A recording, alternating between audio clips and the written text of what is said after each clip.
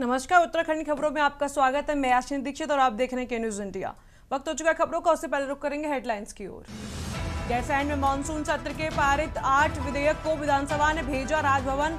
राज्यपाल की मंजूरी के बाद बनेंगे अधिनियम। उत्तराखंड में अग्निवीरों के वर्दीधारी पदों पर भर्ती का रास्ता साफ, उम्र और फिजिकल में मिलेगा आरक्षण। उत्तराखंड में 34 आंगनबाड़ी कार्यकर्ताओं को मिलेगा राज्य स्तरीय पुरस्कार। योजनाओं को धरातल पर लाने में निभाएंगी भूमिका। चारधाम हेमकुंड साहिब यात्रा स्थगित, सरकार ने 5 सितंबर तक रोक लगाई। बारिश भूस्खलन के चलते फैसला। देहरादून में राजकीय शिक्षक संघ का धरना स्थगित, शिक्षा दिवस का किया बहिष्कार। देहरादून और उत्तरकाशी में बारिश का रेड अलर्ट, ऊंची चोटियों पर बर्फबारी, 11 जिलों में स्कूल बंद।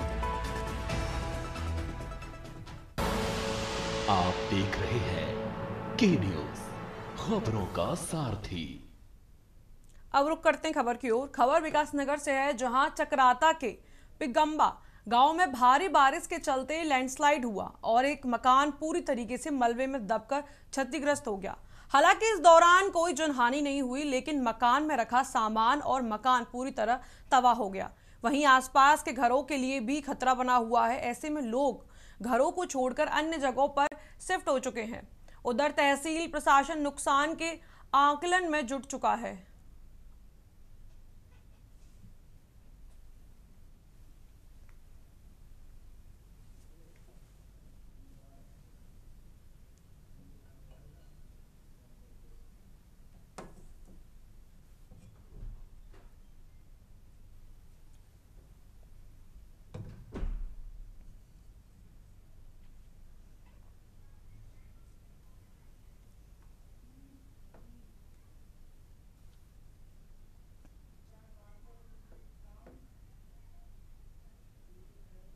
अगली खबर की ओर रुख करते हैं। खबर मसूरी से है, जहां 2 सितंबर 1994 को मसूरी में शांतिपूर्ण राज्य आंदोलनकारियों पर हुई पुलिस गोलीबारी की घटना को आज 31 वर्ष पूरे हो गए। उत्तराखंड राज्य आंदोलन के दौरान खटीमा में 1 सितंबर को पुलिस द्वारा 7 निहत्थे आंदोलनकारियों की हत्या के विरोध में मसूरी में मल्लीगार चौक से मौन जुलूस निकाला गया। जब ये जुलूस झूला घर शहीद स्थल पहुंचा तो पहले से घात लगाए पुलिसकर्मियों ने आंदोलनकारियों पर गोली बरसा दी। इस बर्बर कार्रवाई में एक पुलिस अधिकारी उमाकांत त्रिपाठी सहित राजू सिंह बगारी, धनपत सिंह, बेलमती चौहान, हंसा धनाई, बलवीर नेगी और मदन मोहन मंगाई शहीद हो गए। महिलाओं पर संगीन तान कर गोली चलाई गई। बच्चे, युवा और बुजुर्ग घायल हुए। घटना के बाद पूरी मसूरी में कर्फ्यू लगा दिया। शहीद राय सिंह बंगारी के पुत्र रवि राज सिंह का कहना है कि उनके पिता ने आंदोलन के लिए प्राण न्यौछावर कर दिए, लेकिन आज भी उत्तराखंड इस अवधारणा के कोसता दूर है जिससे लिए राज्य का गठन हुआ है। आंदोलनकारी प्रदीप भंडारी और देवी गौदियाल ने भी राज्य की वर्तमान स्थिति पर निराशा जताई और कहा कि जल, जंगल, जमीन और रोजगार जैसे मूल मुद्दे आज भी अधूरे हैं। ये दिन आज भी उत्तराखंड के इतिहास में शोक, संघर्ष और बलिदान की याद दिलाता है।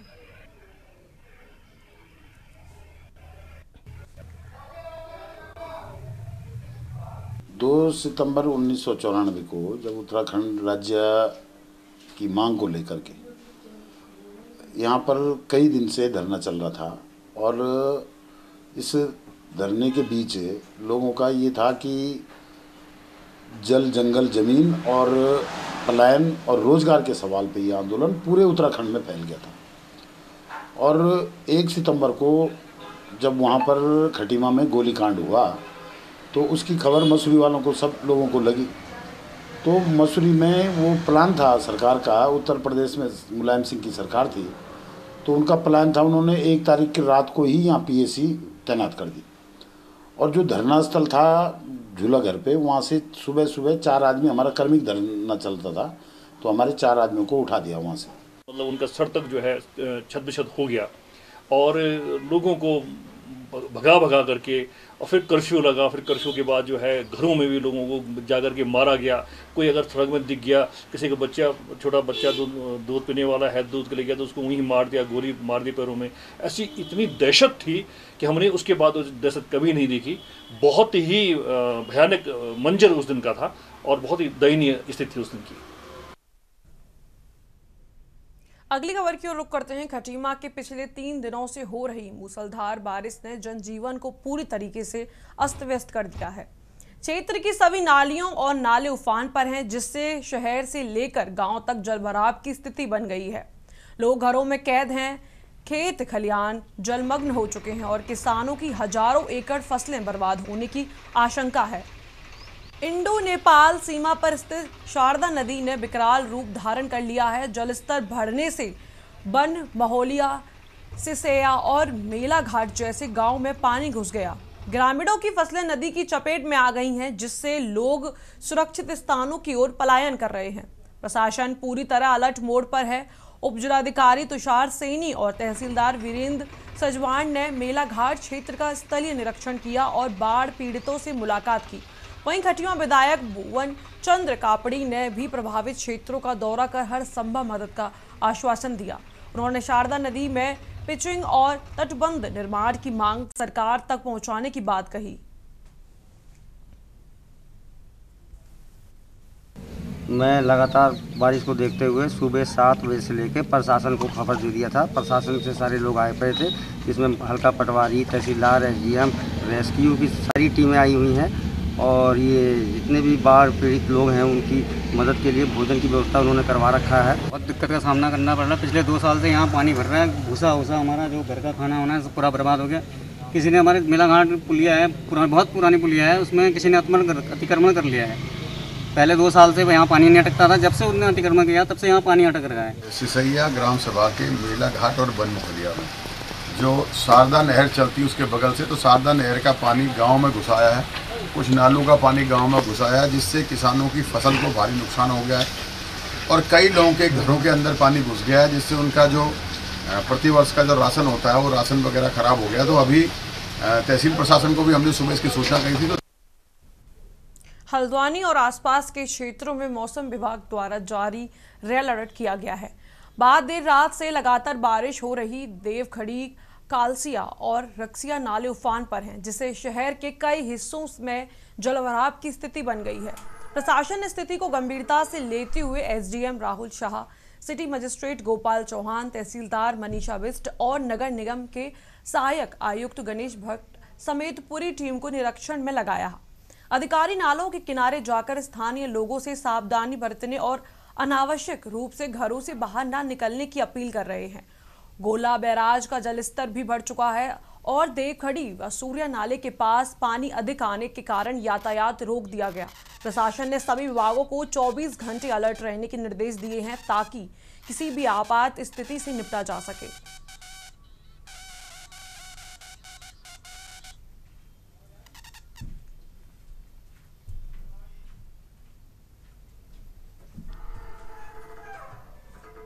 सभी जगह लगातार बारिश की वजह से जलस्तर बढ़ा है। देवखड़ी में भी पानी बढ़ने की वजह से हाईडल के पास अभी यातायात रोका गया है।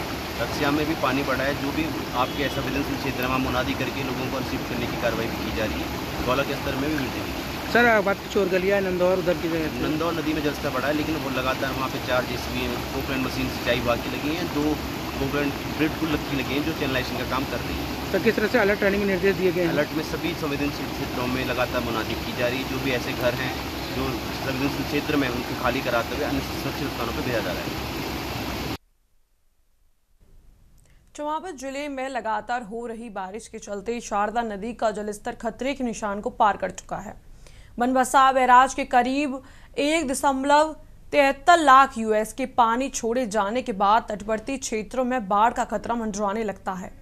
स्थिति की गंभीरता को देखते हुए भारत नेपाल सीमा पर स्थित शारदा बैराज पुल को वाहनों की आवाजाही पूरी तरीके से रोक दी गई है।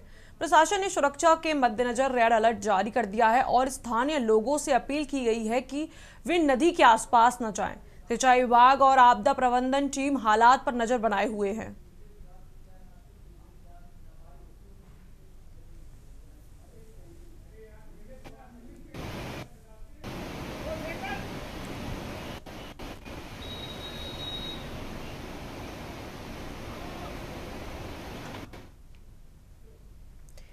चमापत जिले में लगातार बारिश के चलते शारदा नदी जलस्तर खतरे के निशान को पार कर गया है। बनबसा बैराज के 1 दिसंबर 73 लाख यूएस के पानी छोड़े जाने के बाद तटवर्ती क्षेत्रों में बाढ़ का खतरा बढ़ गया है। भारत नेपाल सीमा पर स्थित शारदा बैराज पुल पर एहतियातन वाहनों की आवाजाही पूरी तरीके से रोक दी गई है। प्रशासन ने अलर्ट जारी करते हुए लोगों को सुरक्षित स्थानों पर जाने की सलाह दी है। स्थिति पर लगातार निगरानी रखी जा रही है।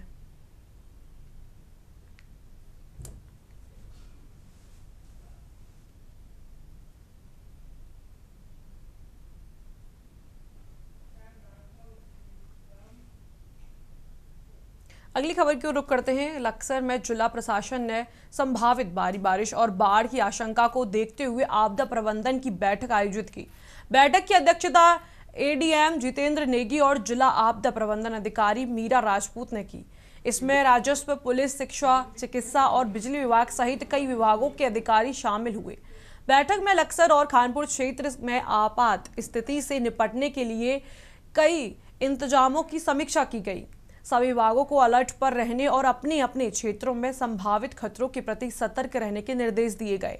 प्रशासन ने आपदा प्रबंधन के लिए विस्तृत योजना तैयार की, जिसमें विभागों की भूमिका और जिम्मेदारियां स्पष्ट रूप से तय की गई। नियमित बैठकें और समीक्षाएं जारी रहेंगी ताकि किसी भी आपदा से प्रभावी ढंग से निपटा जा सके।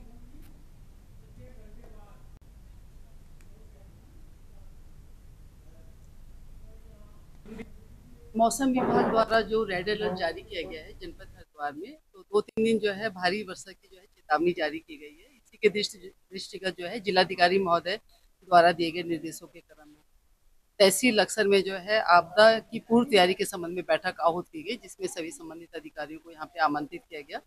इसमें सभी अधिकारियों से ये पूछा गया है कि जो जहाँ पे अगर कहीं पे बाढ़ की स्थिति बनती है, जल भराव की स्थिति होती है या कोई आपदा की स्थिति होती है, तो उसमें हमें जो है क्विक रिस्पांस करना है और हम अपनी पूर्व तैयारी जो है रखें पर्याप्त। और कहीं पे भी अगर कहीं पे लोगों को शिफ्ट करना पड़ जाए बाढ़ की स्थिति में, तो हमारे राहत केंद्रों की जो है स्थिति जो है वो बिल्कुल बेहतर रहे और वहाँ पे खान पान, बिजली, पानी और शौचालय इत्यादि आदि की जो है जो बेसिक नीड्स हैं वो वहाँ पे जो अच्छी तरीके से रहें। और अगर जो विभागीय परिसंपत्तियों की क्षति होती है कहीं पर या कोई डैमेजेस होता है या कोई नुकसान होता है व्यक्तिगत या सार्वजनिक संपत्ति का, तो उसकी तत्काल उसका क्षति का आंकलन करते हुए उसकी सूचना जो है आपदा कंट्रोल रूम को और तहसील कंट्रोल रूम को जो है अनिवार्य रूप से तत्काल उपलब्ध करा दी। अगली खबर की ओर रुख करते हैं। उत्तराखंड के खटीमा में 1 सितंबर 1994 में हुई गोलीकांड की 31वीं बरसी पर मुख्यमंत्री पुष्कर सिंह धामी ने शहीद स्मारक पहुंचकर आंदोलनकारियों को श्रद्धांजलि अर्पित की। उन्होंने शहीदों की प्रतिमा पर माल्यार्पण किया और उनके परिजनों को शॉल भेंट करके सम्मानित किया। मुख्यमंत्री ने श्रद्धांजलि सभा में कहा कि इस घटना से उत्तराखंड राज्य आंदोलन को नई दिशा दी थी।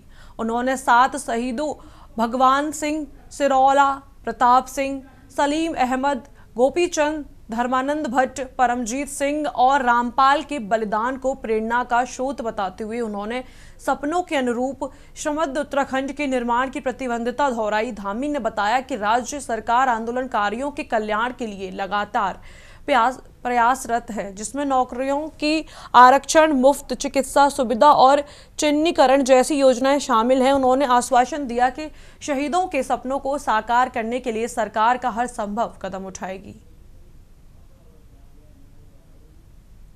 मुख्यमंत्री पुष्कर सिंह धामी यहाँ पहुंचे हुए हैं और यहाँ शहीदों को श्रद्धांजलि दी है कि किस तरीके से यहाँ गोलीकांड की बरसी है, क्या कुछ कहना है सर? किस तरीके से गोलीकांड की बरसी को आपने सर प्लीज तो अलग से नहीं क्या कह रहे हो सर? गोलीकांड की बरसी आज में आ जाए कि मैं सभी राज्य के हमारे बलिदानियों को, अमर शहीदों को नमन बैठिए नमन करता हूँ और उनको हम अपना आज श्रद्धांजलि अर्पित करते हैं और ये संकल्प लेते हैं कि हम उत्तराखंड राज्य स्थापना में जिन्होंने अपने प्राणों का बलिदान किया उनके सपनों के अनुरूप उत्तराखंड राज्य के निर्माण को आगे बढ़ाएंगे और संकल्प लेकर उनके सपनों को पूरा करेंगे। बिल्कुल, मुख्यमंत्री जी मेरे साथ थे और यहाँ पर उन्होंने कहा कि शहीदों के सपनों को साकार किया जाएगा। सुरेंद्र गुप्ता, के न्यूज़ इंडिया, खटीमा। नए राज्य के रूप में गठन हुआ आदरणीय अटल बिहारी वाजपेयी जी की सरकार उस समय देश में थी और उनके हम सब के उत्तराखंड वासियों के अनुरोध को, आंदोलन को मानते हुए राज्य स्थापना हुई और आज हमारे प्रधानमंत्री आदरणीय श्री नरेंद्र मोदी जी अटल जी के बनाए हुए राज्य को संवारने के लिए हर संभव हमको सहयोग दे रहे हैं। हर संभव जो भी हम उनसे अनुरोध करते हैं हमको स्वीकृति मिलती है। हमारा प्रयास है कि उत्तराखंड राज्य के आंदोलनकारियों की भावना के अनुरूप, उनकी अपेक्षाओं के अनुरूप, उनके सपनों के अनुरूप उत्तराखंड राज्य का निर्माण करें। उत्तराखंड राज्य हमारा हिंदुस्तान का श्रेष्ठ राज्य बने, ये हमारा विकल्प रही संकल्प है। और प्रधानमंत्री जी ने बाबा केदार की भूमि से सभी उत्तराखंड वासियों को संबोधित करते हुए कहा था कि ये दशक उत्तराखंड का दशक होगा। इस दशक में उत्तराखंड अपनी बुलंदियों को छुएगा, शिखर तक पहुंचेगा, प्रगति के नए आयाम स्थापित करेगा। उसको बनाने के लिए हमको पूरे प्राणों प्रण से लगना है। इस समय में पूरे राज्य के अंदर रेड अलर्ट और ऑरेंज अलर्ट जारी है। उसके कारण से अनेक स्थानों पर आज आपदा आई हुई है। उत्तराखंड का प्रत्येक जनपद, चाहे मैं अगर धराली से शुरू करूं तो धराली में आपदा आई है, थराली में आपदा है, रुद्रप्रयाग के हमारे कई स्थानों पर आपदा है, उत्तरकाशी के स्याना चट्टी में, बागेश्वर में, पिथौरागढ़ में, उधम सिंह नगर और हरिद्वार में अनेक स्थानों पर जल भराव है, देहरादून में है, टेहरी के घनसाली क्षेत्र में भी बादल फटा है। हम ऐसे समय हमारी सरकार, हमारे सभी जनप्रतिनिधि सब मिलकर हम सब लोग, सबसे पहले हम सब का कर्तव्य है कि हम सब आपदा पीड़ितों के साथ खड़े हों और उसमें हर संभव जो हमारी एजेंसियां काम कर रही हैं उन एजेंसियों का भी हम प्रोत्साहन करें, चाहे वो हमारी NDRF है, SDRF है, सेना के लोग हैं या हमारे स्थानीय प्रशासन के लोग हैं, आपदा प्रबंधन के लोग हैं, उन सभी का भी प्रोत्साहन करना है। और हमारा प्रयास होगा कि एक एक आपदा पीड़ित को हर संभव सहायता पहुंचाएं, उनका पुनर्वास करें और जो राहत शिविरों में लोग रह रहे हैं उन सभी को अभी भोजन से लेकर कपड़े, दवाइयाँ, छोटे बच्चों के लिए दूध इत्यादि, उन सभी की व्यवस्था भी सुनिश्चित की जा रही है। लगातार मैं स्वयं भी उसकी मॉनिटरिंग कर रहा हूँ, समीक्षा कर रहा हूँ और आज भी दिन भर भी अभी हम लोग यही इसी काम पे करने वाले हैं। आज खटीमा गोलीकांड की 31वीं वर्षगांठ है। उसमें जितने भी हमारे वीर शहीद हुए हैं उन सभी को मैं श्रद्धा सुमन अर्पित करती हूँ और मुख्यमंत्री जी का बहुत बहुत धन्यवाद करूँगी कि आज इतनी वर्षा के बावजूद हम वो यहाँ आए और उन्होंने अपना जो प्रण लिया था, आज मुख्यमंत्री बनने के बाद 5वीं बार वो यहाँ पर आए और इतनी वर्षा के बावजूद भी उन्होंने अपना कार्यक्रम स्थगित नहीं किया। और दूसरा जो उन्होंने 3 शीट की घोषणा करी थी, आज यहाँ होने की वजह से आप देख रहे हैं कि सभी लोग अच्छी तरीके से यहाँ कार्यक्रम को हम लोग आयोजित कर पाए और सभी लोगों ने यहाँ अपनी सहभागिता करी। फिलहाल इस बुलेटिन में इतना ही। आप देखते रहिए के न्यूज़ इंडिया।